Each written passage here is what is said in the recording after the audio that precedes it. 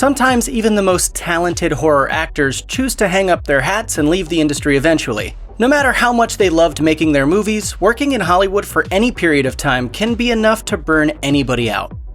John Franklin rose to prominence in the horror world when he starred as Isaac, the creepy young cult preacher in 1984's Children of the Corn. He went on to land a small role in 1988's Child's Play and later played Cousin It in The Addams Family and Addams Family Values. He could have easily continued acting, but the unexpected loss of two loved ones caused him to question whether or not he really wanted to keep working in showbiz. And after the events of September 11th, 2001, he realized that he needed to take his life in a new direction. So he looked in the mirror and asked himself what his legacy was. I've entertained, millions through the years, but is that all that I want written on my tombstone or my obituary? Franklin decided that he needed to take a break, and shortly after this realization, he responded to an ad for a teaching job. He spent over a decade in the classroom, which allowed him to combine his various passions by teaching English and screenwriting, among other subjects. Today, Franklin is slowly returning to acting by taking on parts as he sees fit, though he isn't pursuing those roles full-time. Fairuza Balk gave an eerily convincing performance as the powerful and vengeful young witch Nancy in 1996's The Craft, as she starred alongside fellow witches Neve Campbell, Robin Tunney, and Rachel True. The movie is beloved as a cult favorite, and it seemed like Balk could have had a bright future in horror films, but she never quite fulfilled that promise. Looking back, she says she simply wasn't interested in chasing fame. In 2013, she told Dread Central, "I never just want to work for the sake of working. There has to be something there for me so that I can grow from the experience. I've never just taken a job because I wanted the check. I struggled a lot with being pushed too hard in my 20s, with people telling me that I had to keep taking more and more movies because that's really only when I'd be relevant." Like, one of my favorite movies ever is The Craft, but I'm sure you get that all the time, of course, but I know we're far removed from that. With no desire to be the flavor of the moment, Balk has instead focused on finding roles that she can truly feel passionate about.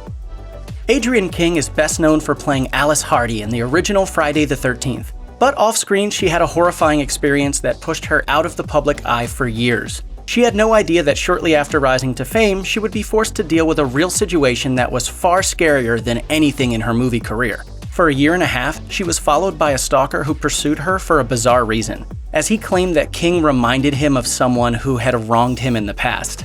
Unfortunately, the authorities initially dismissed King's claims. She stated that the police even attempted to place the blame on her for acting in such a scary movie. King later met with the makers of Friday the 13th Part 2 and arranged for her character to be killed off. As she told Uproxx in 2015, "I couldn't handle doing another film and dealing with what no one else seemed to want to deal with. It was worse because we didn't know who the stalker was, and it was drawn out, and this person was so brilliant. It really kind of spun me into a very weird place." King eventually pivoted to voiceover work so that she could keep acting without appearing on screen. She now primarily works as a winemaker and artist. Michael Myers, the infamous masked murderer of the Halloween franchise, is one of the most famous villains in horror movie history. He was played by Nick Castle in the 1978 original, although you probably wouldn't recognize him behind the mask. You also won't notice him credited as an actor in many other movies, although he did return for the 2018 reboot, and he signed on for its sequels. While he walked into a fantastic opportunity when he was offered the role of Michael Myers, he never intended to become an actor. In fact, he always dreamed of writing and directing his own films. So how did Castle end up with this iconic role despite his lack of interest in acting? As it turns out, he and Halloween director John Carpenter were close friends in film school, and after Carpenter achieved some early success, he knew that he could help give Castle a career boost.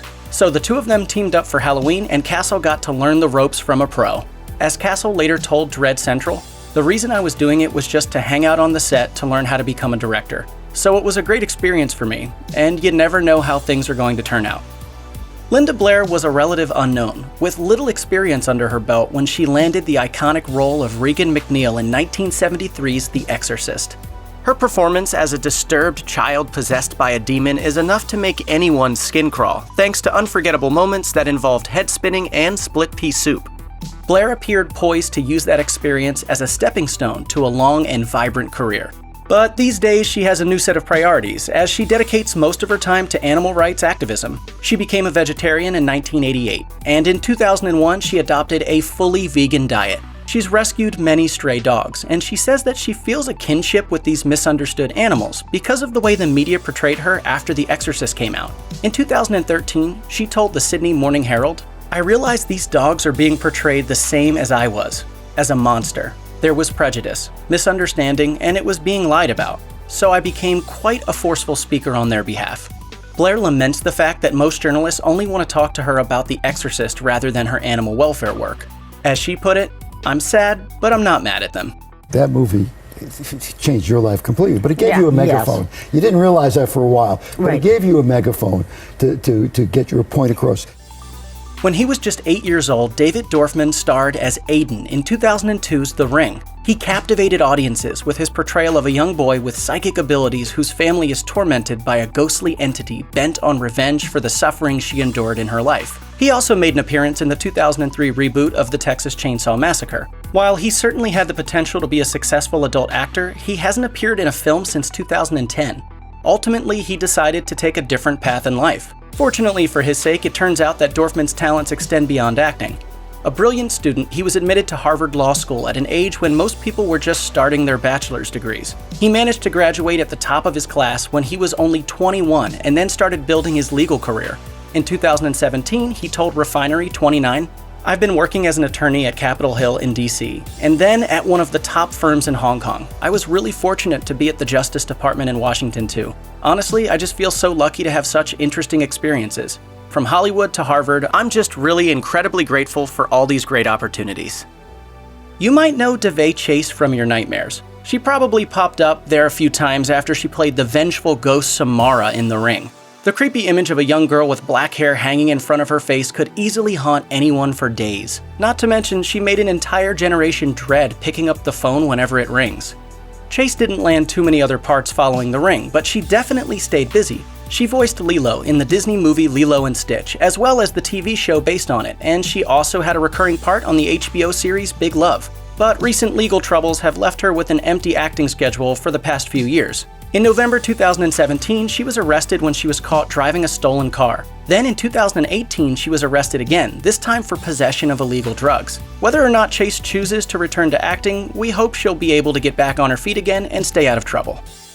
If you're a horror hound, you surely remember Heather Langenkamp as Nancy Thompson in the classic 1984 slasher flick A Nightmare on Elm Street. She starred in multiple films in the Durable franchise, and she's always spoken highly of the experience. To this day, she insists she has no idea why she was chosen for the role, but she still feels honored and blessed that she had the opportunity.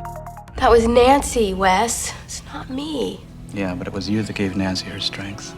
In 2018, Langenkamp lost her teenage son to brain cancer, which prompted her to take a step back from acting.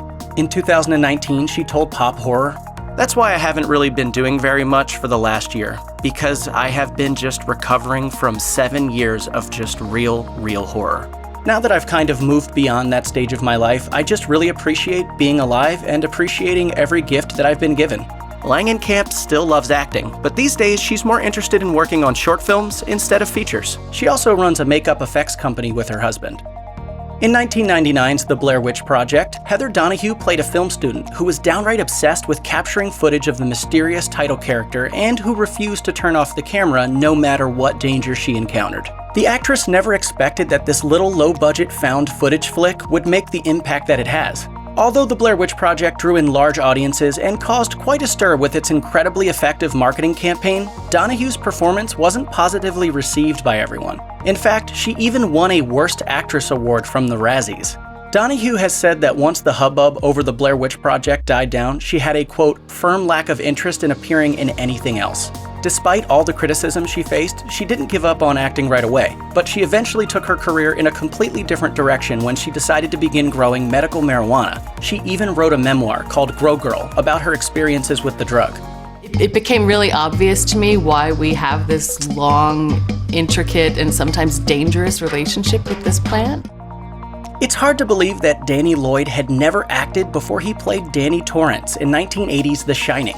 His performance was so convincing that it's easy to believe that he actually had psychic powers. You may have wondered why he didn't go on to appear in other films after starring in such an iconic movie. Despite his abundant talent, he struggled to land similar opportunities.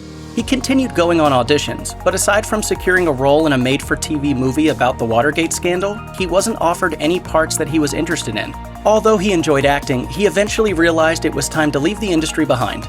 In 2017, he told The Guardian, "I'm quite happy with how things went, really. I feel like I pretty much hit the lottery with The Shining. I don't regret trying acting. When I decided to stop, I don't regret that either." Lloyd grew up to work as a teacher, one who wisely tried to keep his previous acting experience a secret from his students to avoid classroom disruptions. However, he did get back in front of the camera one more time to make a cameo in Dr. Sleep, the 2019 sequel to The Shining. Check out one of our newest videos right here. Plus, even more Looper videos about your favorite stars are coming soon. Subscribe to our YouTube channel and hit the bell so you don't miss a single one.